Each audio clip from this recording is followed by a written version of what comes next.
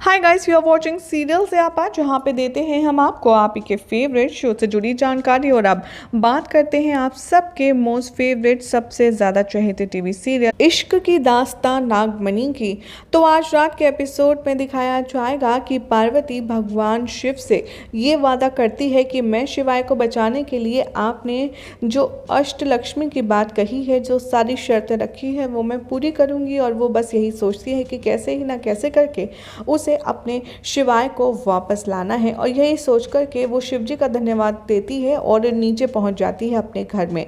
Upcoming track में ये भी दिखाया जाएगा कि वहां घर में सब लोग काफ़ी ज़्यादा उदास होंगे, रो रहे होंगे और शिवाय के जाने पर अफसोस जता रहे होंगे। तो दूसरी तरफ यहाँ पर जो दामिनी है वो शिवाय को एक बार फिर से जीवित करने के लिए अपनी सारी आजमाइशें कर रही होगी। लेकिन तभी शो में होने वाली है एक नई एंट्री, और वो कोई और नहीं बल्कि होगी हमारी और आप सबकी प्यारी पार्वती।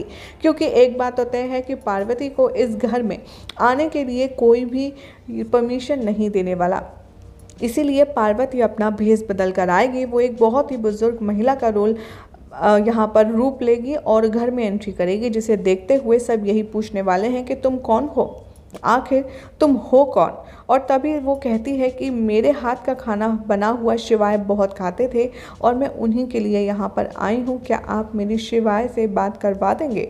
यहाँ पर जो काली शक्तियाँ हैं दामिनी की, वो अपना असर दिखाना शुरू करेंगी और दामिनी उस हाथ के ज़रिए एक ऐसा जादू करेगी जिसके बाद जो दादी माँ हैं उनका दिमाग घूम जाएगा और वो अपनी ही बहू से लड़ना शुरू कर देगी। यानी कि वो अननेसेसरी कुछ ऐसे इश्यूज़ क्रिएट करेगी जिसे देख कर के सभी लोग समझ नहीं पाएंगे कि अम्मा को क्या हो गया। आज तक कभी तो इन्होंने शिवाय की माँ से ऊंची आवाज़ में बात नहीं करी और ना ही कभी लड़ाई झगड़ा किया है। जैसे ही यहाँ पर पार्वती अपने नए रूप में आएगी अंदर, तब यहाँ पर दामिनी को थोड़ा सा शक होगा, लेकिन वो इस बात पर ज़्यादा गौर नहीं करेगी क्योंकि वो फोकस करेगी सबको लड़वाने में, सबको भिड़वाने में। इधर एक तरफ तो दादी माँ कहेंगी कि जो मेरे शिवाय की मर्जी थी वही होगा, आखिर तू है कौन, जब तक मैं इस घर में जिंदा हूँ मैं ही इस घर की बड़ी हूँ और फैसला मैं ही करूँगी। और वो औरत को रखने से मना कर देती है शिवाय की माँ, लेकिन दादी पार्वती जो कि नया रोल बना करके आई है उसके सपोर्ट में है और वो कहती हैं कि अगर शिवाय इसके हाथ का बना हुआ खाना खाता था, उसे पसंद था, तो यही खाना बनाएगी और हम सब इसी के हाथ का खाना खाएंगे चाहे जो हो जाए। आ गई बात समझ। यहाँ पर शिवाय की माँ बहुत ज़्यादा कमज़ोर है, बहुत ज़्यादा इमोशनली वीक है शिवाय को याद कर करके, और इसलिए वो कुछ नहीं कहती। और दादी के अंदर तो काली शक्तियाँ पहुँच ही चुकी हैं।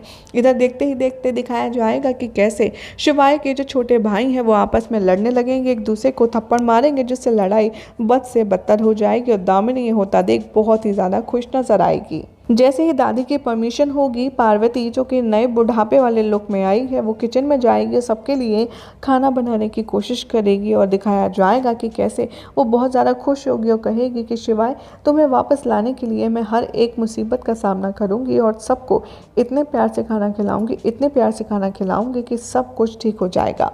तभी यहाँ पर जो हाथ है चुड़ैलों वाला वो दामिनी के पास आएगा, वो कहेगा कि तुम्हारे लिए बुरी खबर है, इस घर में पार्वती की एंट्री हो चुकी है। ये सुनते ही दामिनी के होश उड़ जाते हैं, वो इरिटेट होती है और सीधा किचन में पहुंचती है। वहां वो छुप कर के पार्वती को ऑब्जर्व करती है और उसे पता चल जाता है कि ये जो बहरूपिया बनकर आई है ये कोई और नहीं बल्कि पार्वती ही है, जिसको गुस्से में देखते हुए कहती हुई नजर आएगी दामिनी कि तुझे क्या लगा था कि तू हर बार की तरह इस बार भी शिवाय को मुझसे छीन लेगी। ऐसा नहीं होगा, मैं तो ये बताऊंगी कि आखिर तेरी औकात क्या है और मेरी क्या वैल्यू है। और इसीलिए शिवाय के अंदर तो शैतानियाँ शक्ति ही जाएंगी, जिसकी वजह से वो पुनः जीवित होगा और वो मेरे साथ रहेगा।